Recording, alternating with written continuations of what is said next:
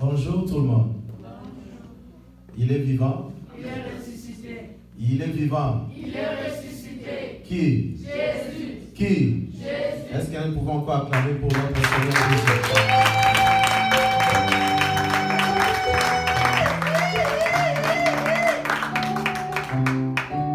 Je vous salue tous dans les beaux et précieux notre Seigneur Jésus. Amen.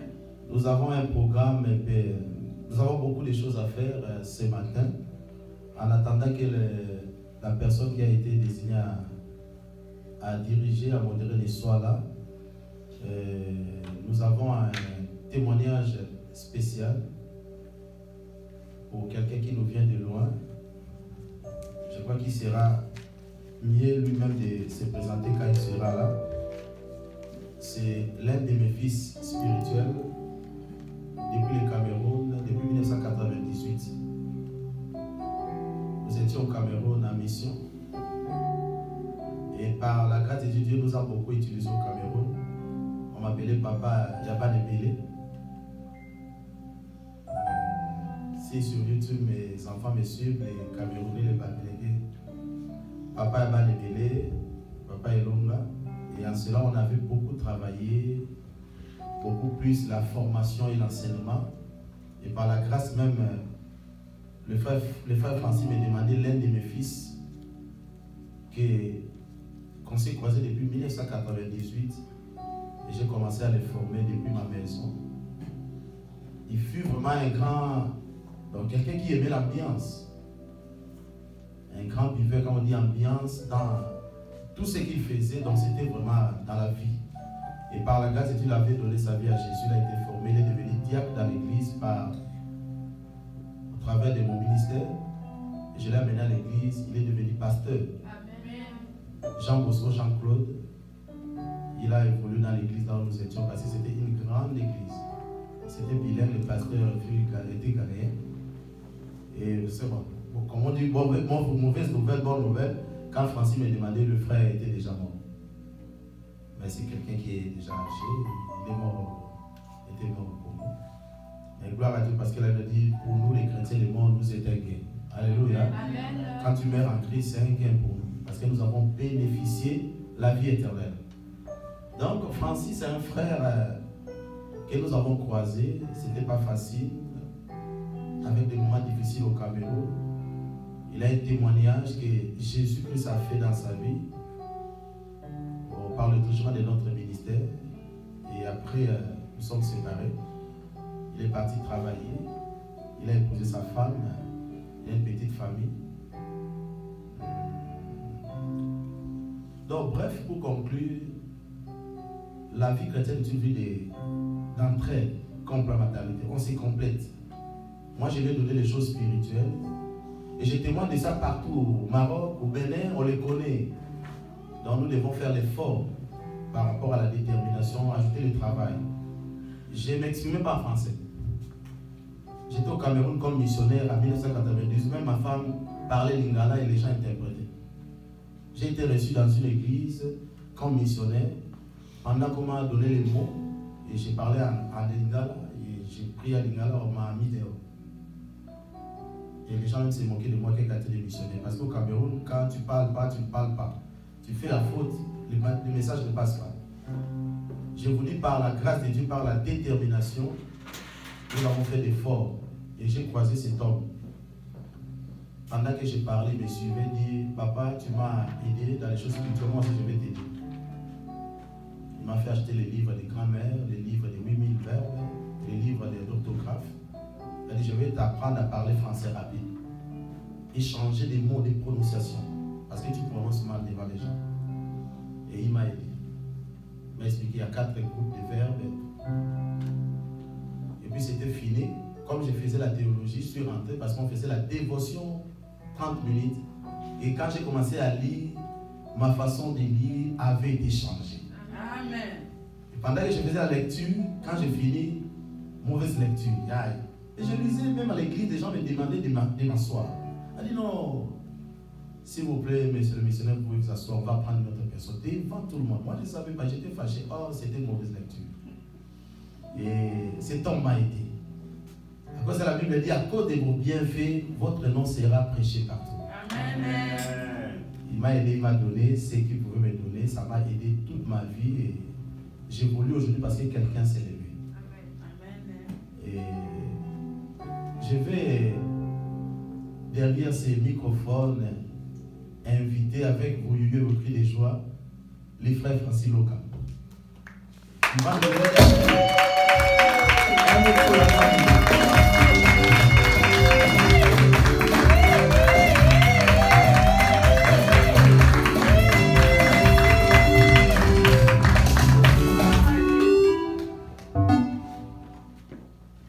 Merci beaucoup, Pasteur Diller. Merci beaucoup, Maman Marie.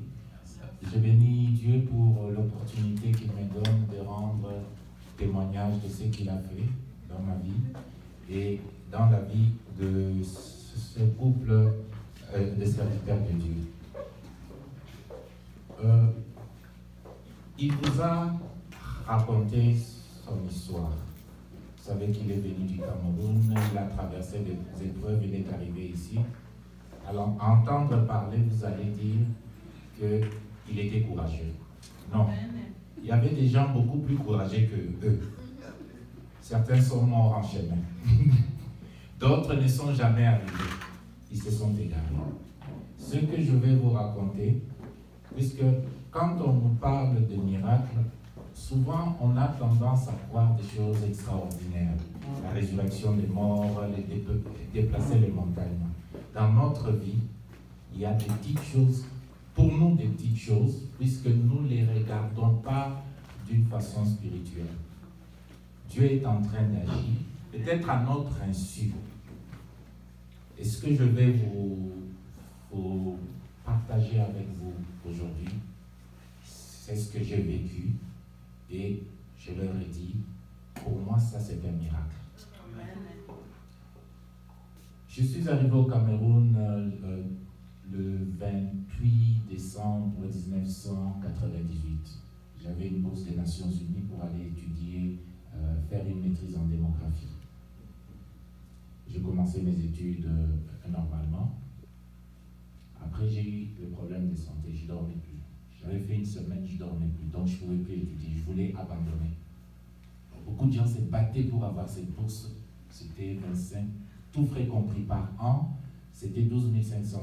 Comme j'ai fait 2 ans, c'était 25 000 $. Mon père ne pouvait pas me payer ça.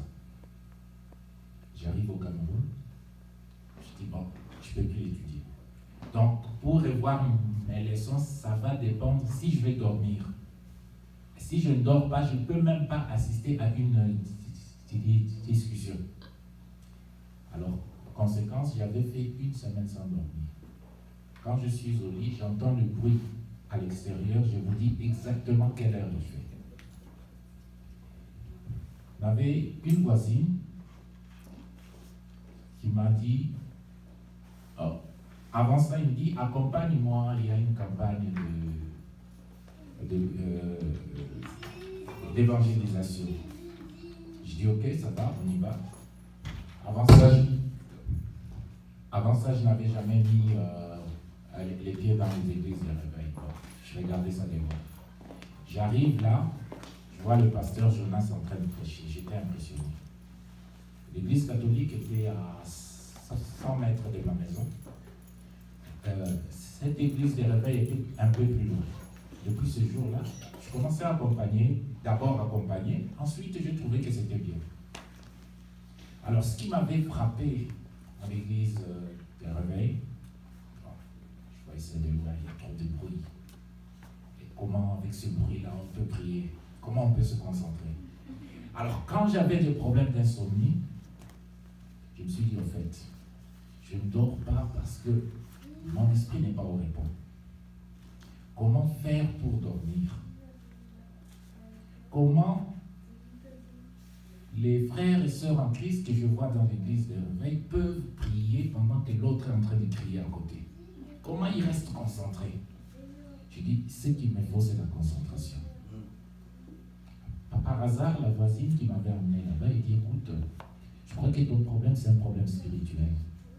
Il faudrait, si tu es d'accord, je vais appeler un couple de missionnaires qui viendront t'aider. dis, bon, ça va, je n'avais pas de solution, je n'avais pas le choix.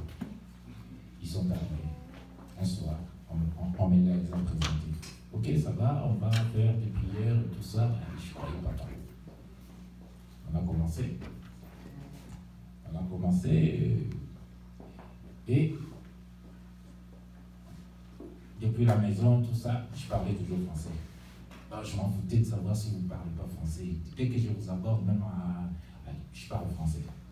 Mais quand je lui parle en français, il me répond en lingala. Et des fois, quand il me parle en français, je sens quelqu'un en train de se battre avec la langue. Je sais pas, c'est pas possible. Je le regarde. Alors je lui demande quels sont tes projets. Oh, je dois aller à Paris, je dois prêcher dans les métros, ainsi de suite. Je me dis, mais mon Dieu, il va prêcher en quelle langue? Après, je lui dis, écoute, si tu veux, je peux t'aider. Tu achètes un livre, je te donne les livres. En fait, je ne voulais pas, et ça je ne lui ai jamais dit, je lui dis maintenant. J'avais suffisamment d'argent pour acheter un livre et lui donner. Je dis non, mais si je le fais, il va le prendre, mais peut-être que ça ne l'intéresse pas. Mais par contre, si lui-même achète, puisque je n'aime pas investir à perte, je n'avais pas le temps à perdre. Donc je lui ai dit, voilà les livres, il y en a partout dans la ville, achète et tu viens. Et il est allé acheter les livres, il est venu. Alors on a commencé des séances avec lui, on avait l'horaire et on cheminait ensemble. Là maintenant, j'ai remarqué, il a commencé à faire des progrès. J'étais impressionné. Il a commencé à faire des progrès, beaucoup de difficultés dans la vie, mais ce que j'ai remarqué chez ce couple, il n'avait jamais changé de discours. C'était le même discours, nous sommes en mission, nous sommes en train de nous battre, nous devons aller en Europe. Bon, je regarde, je dis, mais ils peuvent bien faire leur vie ici. Bon, je vous avoue, je n'y croyais pas trop. Je dis, bon, beaucoup de gens que j'ai rencontrés au Cameroun, il est ça, beaucoup de gens que j'ai rencontrés là, qui sont là, bon, qui se sont découragés, d'autres sont rentrés au Congo. Ils étaient là pour aller en Europe. Alors,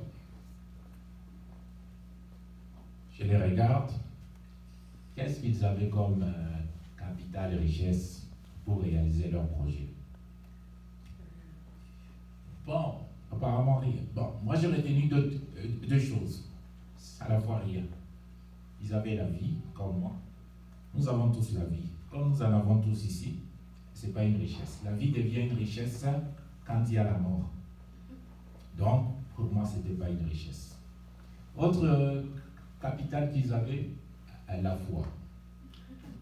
Bon, comment mesurer objectivement la foi de quelqu'un? Sa foi est sincère. Bon. En fait, matériellement, ils n'avaient rien. Absolument rien. Quand vous les voyez aujourd'hui, je vous dis, c'est un miracle. Pour vous qui les avez connus ici, bon, on a toujours des difficultés. Moi, j'étais là au commencement. Je ne dirais pas je suis à la fin, non, je suis au milieu. Parce que maintenant, c'est un nouveau départ, de nouveaux défis. Alors, j'étais content. Ils ont quitté le Cameroun. J'ai quitté le Cameroun en 2001. En 2004, je suis revenu en mission là-bas. Je n'avais pas le temps, c'est eux qui sont venus me voir à l'hôtel. Et après, j'ai perdu des vues. Bon, comme je n'ai pas l'habitude d'échanger des numéros de téléphone, le seul numéro que j'ai jusqu'aujourd'hui, donc ils avaient gardé mon numéro. Un jour, ils m'appellent, ils me disent, nous sommes, je crois, au Mali. On a parlé. Après, quand ils arrivent au Maroc, ils m'appellent encore. On a encore parlé. parler. On arrive, je regarde sur Facebook, ils postent une photo dans l'avion. On entre en contact, il me dit non, je viens d'arriver au Canada. Je dis waouh, je n'y croyais pas. Je n'y croyais pas. Je me dis, en fait, la foi, c'est une richesse que nous négligeons. Ce n'est pas seulement dans le spirituel, c'est aussi dans tout ce que nous faisons dans la vie. Si vous croyez en quelque chose et que vous êtes déterminé, vous allez l'obtenir. Alors, moi, ils m'ont aidé. Et à partir de ce moment-là, la vision, puisque quand j'étais, avant que je ne rencontre le pasteur Jonas, avant que je le rencontre, quand vous venez chez moi, le mot d'introduction, vous me dites, vous êtes un pasteur, pour moi vous êtes un escroc. C'est quand je commençais, je me suis rapproché, j'ai rencontré des bons serviteurs de Dieu. En ce moment-là, j'ai changé ma vision des choses. J'ai complètement changé ma vision des choses. Alors, maintenant, il m'a aidé, non seulement du point de vue de ma santé, mais aussi du point de vue spirituel. Il a passé des épreuves, il est arrivé ici.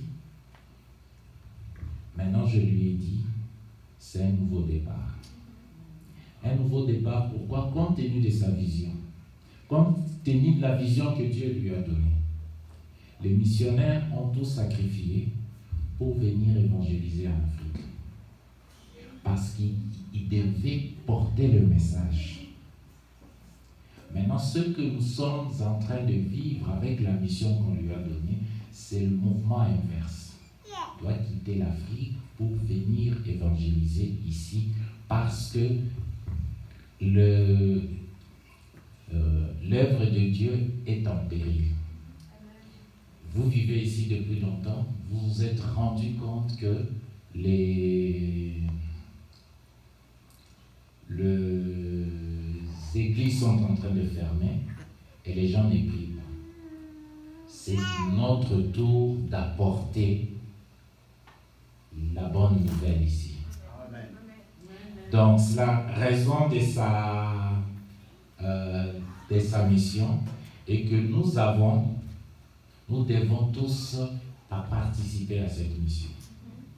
De près ou de loin, quelle que soit notre position, nous devons tous le faire. Alors, de l'expérience que j'ai vécue personnellement, qu'est-ce que j'ai tiré comme leçon? La première leçon, c'est la fidélité en Dieu. Si vous êtes fidèle, vous allez vous rendre compte que la fidélité paye. Amen. Restez fidèle en Dieu et vous allez gagner. Amen. La deuxième chose, il faut avoir des objectifs dans la vie. Depuis que je les ai rencontrés pour la première fois, jusqu'à leur cheminement, ils n'avaient pas changé d'objectif. Et c'est la raison pour laquelle je dis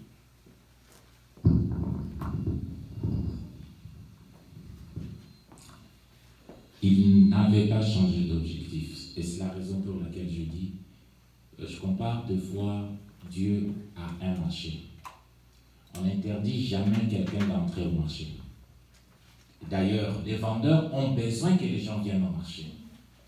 Et si vous allez au marché, chacun va chercher ce dont il a besoin.